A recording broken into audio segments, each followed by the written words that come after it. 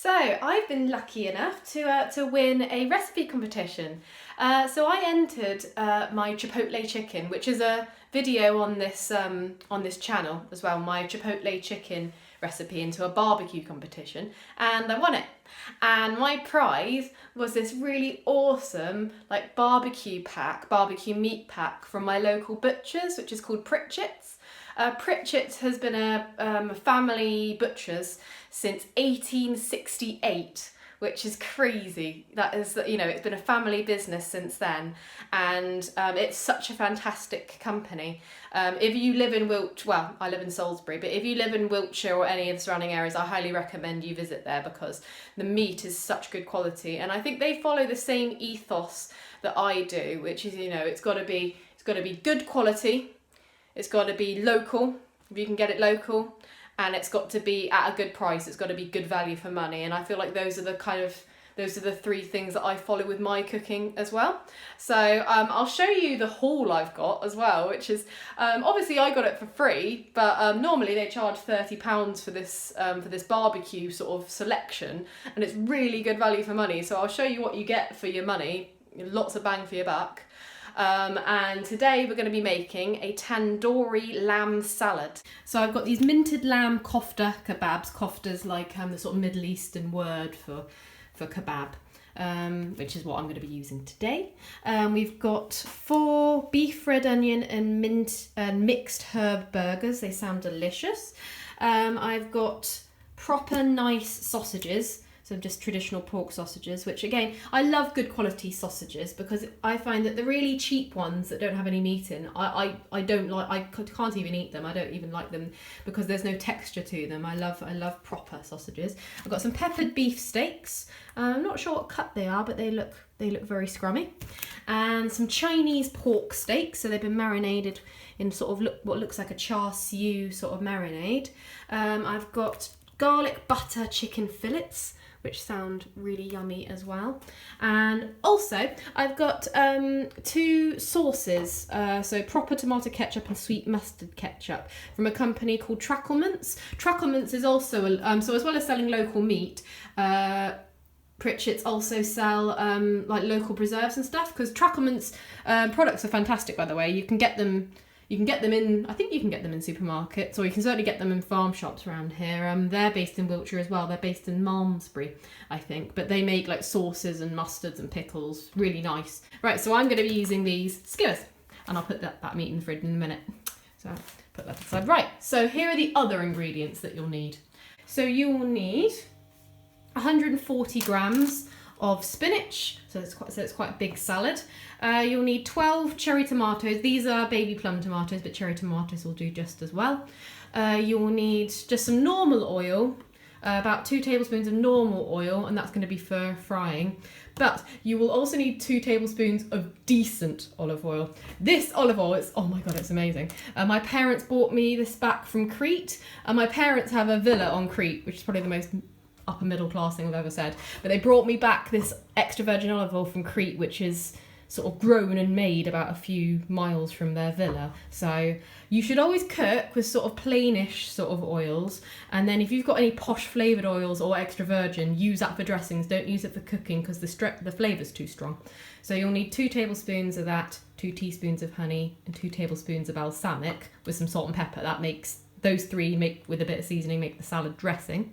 I've got 500 grams of cooked old potatoes. I normally use new potatoes for this, but these were old potatoes that were looking a bit sad, and we don't waste things in Chef Mel's kitchen, so I cooked them for about 20-25 minutes, and I'm going to be dicing them. 1 onion, and half a teaspoon of garlic granules, and 1 teaspoon of Garam Masala. Garam Masala is a sweet Indian spice blend. It's not spicy, as in hot spicy. It's mostly ground coriander, allspice and black pepper, so it's a sweet spice blend. So I've got my oven grill on the highest temperature possible, on full whack in preparation, or of course you can get a barbecue going. I put my skewers, the main event, onto an oven tray. And also I've got all my mise en place ready. My students know mise en place is French for everything in its place, so I've got sort of everything prepped up We'll make the dressing in a minute, but I've got everything ready to go because this bit's quite quick. So, got my skewers there, and I'm just going to, I'll probably pinch it over actually, that might be easier. I'm just going to put over the garam masala. I think there are already spices added to these particular koftas, but this garam masala is probably one of my favourite spice blends because I'm not a major sort of chili freak, but I love Indian food, and garam masala is a nice mild spice blend. So you see I sort of pinched it all over, and then I'm just going to quickly sort of coat those skewers sort of evenly-ish in that spice blend. It's very important. If you don't have any pre-made lamb koftas, what you can do is you need to get good quality, very good quality lamb mince, and mix it with some fresh mint. And it's very important to have high fat content lamb mince, none of your diet stuff, because fat is flavour, and it's important for this recipe that you have fat. So that's nicely coated. I will wash my hands in a minute, and that's going to go in a hot grill for 8 minutes. Oh, it's going to get smoky. My fire alarm's probably going to go off. So for 8 minutes, and at the 4-minute stage, so half time, I will turn them immediately. So as soon as you put that in, if my cooker wants to behave, doesn't want to behave. Anyway, immediately get a pan with 2 tablespoons of oil. Let that oil heat up, and I'm going to add my potatoes. You should hear a sizzle when you add it. So I've got my potatoes, if you're using new potatoes, just halve them. These are large, small old potatoes which I've just quartered. You've got your sliced onion. You're going to add your garlic powder, so about quarter, half a teaspoon. Pinch of salt, pinch of pepper. And if you want, optional, pinch of sugar. I find that helps the caramelisation process, also known as the Maillard process, when onions or anything else caramelises. So you're gonna cook that, stirring until the skewers are ready. So 7-8 minutes. Right. So I've taken the skewers out. And you see they're fully cooked. Of course, if they're still a bit pink in the middle, that's absolutely fine because you can eat lamb rare, of course. And the hob is off, but there's what the potatoes and the onions should look like. So almost to the point of burnt, really nicely caramelised. The smell is amazing. The smell is a little bit like that smell you get at the fair, you know, with the fried onions. It's really nice. Anyway, so got my skewers ready. I'm going to remove them off the actual skewers and slice them slightly on the diagonal, because then they look prettier when I top it. I'm just going to show you quickly how to make the dressing, really easy. So 2 tablespoons of good extra virgin olive oil,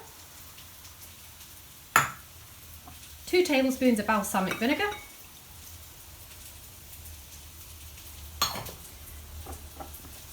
2 teaspoons, which I'm gonna do it by eye, but I'll season to taste in a minute anyway. Blib, blib, blib. Yeah, that's probably about 2 teaspoons. Nice pinch of pepper, and a nice couple of pinches of salt. And I'm just going to whisk that together just to emulsify it, which is another posh word for thickening, because oil and vinegar don't naturally mix, so you need to mix it together. I usually put it all in a jar and shake it up, but I don't have any free jars at the moment because I've used them all to make to fill jam with. So I'm going to whisk that up. You know, I think this is a good recipe because I think lamb is often, in this country anyway, lamb's often forgotten on the barbecue, because people go for beef burgers, they go for steaks, they go for chicken, they go, you know, the chicken drumsticks, they go for pork sausages, and then lamb is sort of forgotten. But if you think about sort of Middle Eastern cuisine and stuff, lamb is like the main thing that goes on the barbecue. So I think, you know, don't be scared, try a bit of lamb. So that's thickened up nicely. I'm just going to get a spoon and check seasoning.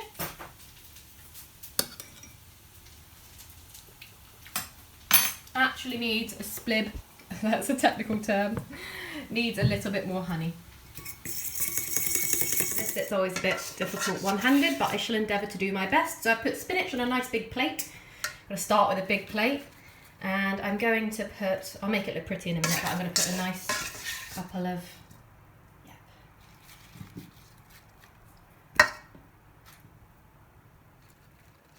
I've got asbestos hands, make sure I've got lots of nice fried onions.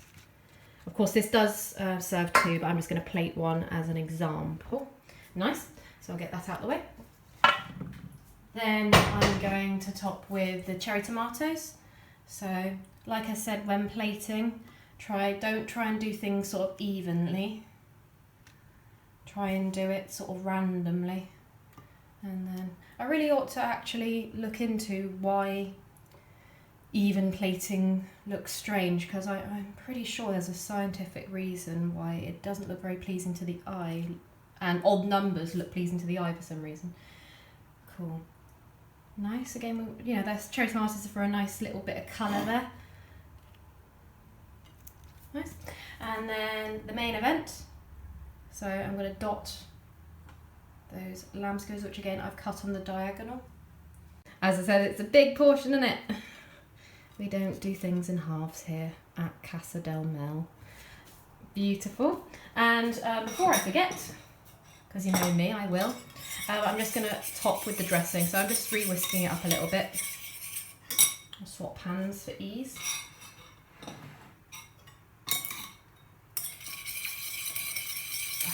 This dressing does separate quite easily, so I'm just whisking it up again. That's better. Right.